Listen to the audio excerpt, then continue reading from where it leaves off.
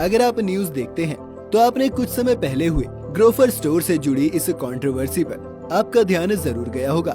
दरअसल $1 billion value से भी ज्यादा की कंपनी ग्रोफर से एक आदमी ने ऑनलाइन ग्रोसरी ऑर्डर की थी और उसने ट्विटर हैंडल पर खुशी जाहिर करते हुए ये ट्वीट किया था कि उसकी ग्रोसरी 13 मिनट के अंदर आ चुकी है। यहाँ तक तो ठीक था, लेकिन इस ट्वीट की तब चर्चा हुई जब ग्रोफर्स के CEO अलबिंदर डिंसा ने ये रिप्लाई दिया कि ऑर्डर पहुँचने में 3 मिनट ज्यादा लग गए और आगे से वो इस चीज का ध्यान रखेंगे कि ऑर्डर 10 मिनट तक पहुँच जाए। इसके बाद लोगों ने CEO के इस ट्वीट पर बहुत ज्यादा आपत्ति जताई। कई लोगों ने कहा कि डिलीवरी टाइम को कम करने के चक्कर में नुकसान डिलीवरी बॉय को भुगतना पड़ता है। लेकिन दोस्तों, सोचने वाली बात ये है कि ग्रोफर्स इकलौती कंपनी नहीं है जिसने अपने कस्टमर बेस को बढ़ाने के लिए इस स्ट्रेटेजी को अपनाया है। बाकी कई कंपनीज भी हैं जो अपनी मार्केटिंग स्ट्रेटेजी में इस चीज का इस्तेमाल कर रही हैं। लेकिन जैसा कि हमने आपसे पहले कहा कि इस डिलीवरी टाइम को कम करने की रेस में सबसे ज्यादा नुकसान डिलीवरी बॉयज को हो रहा है और इसका प्रमाण भी कई बार हमें देखने को मिला है। उदाहरण के तौर पर पुणे में हुए एक इंसिडेंट को ही ले लीजिए, जहां फूड डिलीवरी कंपनी का डिलीवरी बॉय रॉन्ग साइड से स्कूटर चला रहा था। जब उसे ट्रैफिक पुलिस ने पकड़ा तो उसका कहना था कि वह रॉन्ग साइड पर इसलिए चला रहा है क्योंकि वो उसके पिकअप के लिए लेट है। अब दोस्तों, हम में से कई लोग ये मानते होंगे कि ये टाइम पर डिलीवरी करने का प्रेशर डायरेक्ट कंपनीज की तरफ से होता है, तो हम आपको बता दें कि ऐसा नहीं है। ये प्रेशर इनडायरेक्ट वे में होता है। जितने ज्यादा ऑर्डर्स ये डिलीवरी एग्जीक्यूटिव डिलीवर करेंगे उतने और ज्यादा ऑर्डर्स उन्हें मिलेंगे और जाहिर सी बात है कि जितने ज्यादा ऑर्डर्स उतने ही ज्यादा पैसे। अगर ज्यादा ऑर्डर्स से पैसे मिलने की बात करें तो मुश्किल से ये डिलीवरी एग्जीक्यूटिव से दिन के 200 से 800 रुपए इंसेंटिव के तौर पर कमाते हैं। और ये कहानी सिर्फ फूड डिलीवरी कंपनीज की ही नहीं है। ओला और उबर कंपनीज भी इसी से कुछ मिलती जुलती मार्केटिंग स्ट्रेटेजीज पर काम करते हैं। आपने गिग इकोनॉमी टर्म तो जरूर सुना होगा। गिग वर्क कुछ नहीं, बस वही काम है जो ऑन डिमांड होता है, यानी कि ऐसे टाइम पर जब भी उसकी रिक्वायरमेंट होती है और वो फिक्स्ड टाइम पर होता है। अगर हमारे देश में गिग इकोनॉमी की बात करें तो आने वाले 3-4 सालों में ये 3 गुना बढ़ेगी। अब रिपोर्ट्स के मुताबिक तो देश की इकोनॉमी बढ़ेगी, लेकिन इकोनॉमी के जो वर्कर्स हैं वो खुश नहीं है। ऐसा होने के कई कारण हैं। सबसे पहला कारण तो पैसे हैं। ये गिग इकोनॉमी के वर्कर्स काम बहुत ज्यादा करते हैं पर काम के मुकाबले उन्हें पैसे कम मिलते हैं।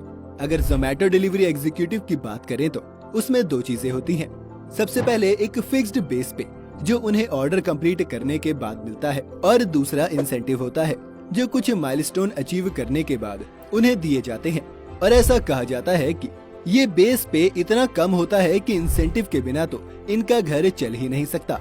जैसा कि हमने आपसे पहले भी कहा कि एक दिन का इंसेंटिव ऑर्डर के आधार पर 200 से 800 रुपए से ज्यादा भी हो सकता है।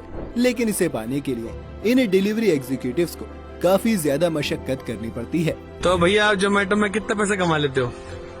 3.5 इंसेंटिव लगा। तो ये तो हुई जोमेटो फूड डिलीवरी सिस्टम की बात। अब अगर कैब्स की बात करें तो इसमें भी ऐसे ही कुछ सिस्टम फॉलो किया जाता है। अब जाहिर सी बात है कि जब बेस पे कम हो और इंसेंटिव के लिए इतनी मेहनत करनी पड़े तो वर्कर्स के शारीरिक और मानसिक स्वास्थ्य पर इसका असर पड़ेगा।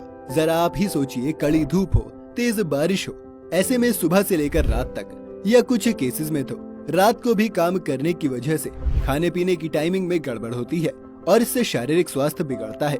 और जैसा कि हम सब जानते हैं कि शारीरिक स्वास्थ्य बिगड़ेगा तो मानसिक स्वास्थ्य पर भी इसका नकारात्मक प्रभाव देखने को मिलेगा। इनफैक्ट ओला और उबर कंपनीज के ड्राइवर्स पर रिसर्च भी की गई थी जिसमें ये बात सामने आई कि लगभग 90% ड्राइवर्स को 6 घंटे से भी कम की नींद मिलती है। अब ऐसे में स्ट्रेस में कई बार ड्राइवर्स तंबाकू, स्मोकिंग और दारू जैसी चीजों के आदी हो जाते हैं। ऐसे वर्किंग कंडीशंस के चलते इन सारे ड्राइवर्स को अपने फैमिली टाइम को भी गिव अप करना पड़ता है।